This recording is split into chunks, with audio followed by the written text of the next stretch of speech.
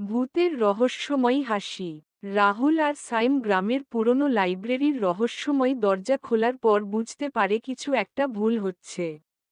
লাইব্রেরির মধ্যে ঢুকে তারা দেখতে পায় ধুলো জমা বইয়ের ভেতরে একটা ডায়েরি লুকানো।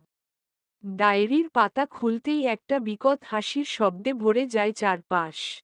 রাহুল চিৎকার করে ডায়েরি ছুঁড়ে ফেলে দেয়।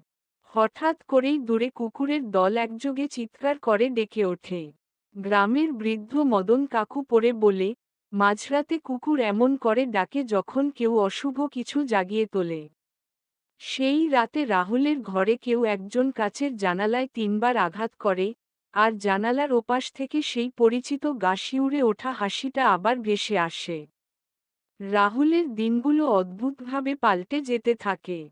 সে ঘুমের মাঝে এক স্বপ্ন দেখে, একজন মুখোশধারী লোক, যার চোখ দুটো লাল জ্বলজ্বল করছে, আর সে ক্রমাগত হাসছে। সেই হাসি রাহুলের ঘুম ভাঙার পরও কানে বাজে।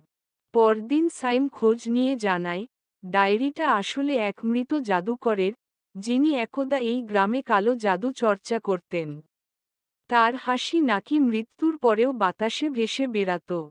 আর যেই সেই হাসি শুনত, ধীরে ধীরে তার মন খারাপ হতে শুরু করত, শেষ পর্যন্ত সে নিজের ওপরেই আক্রমণ করত।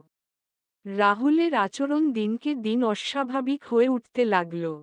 সে একা একা কথা বলছে, রাতের বেলা পায়ের আওয়াজ শুনে ঘর থেকে বেরিয়ে যাচ্ছে। তাদের বুঝতে আর দেরি হল না, ভূতের সেই রহস্যময়ী হাসি এবার রাহুলকে নিজের করল।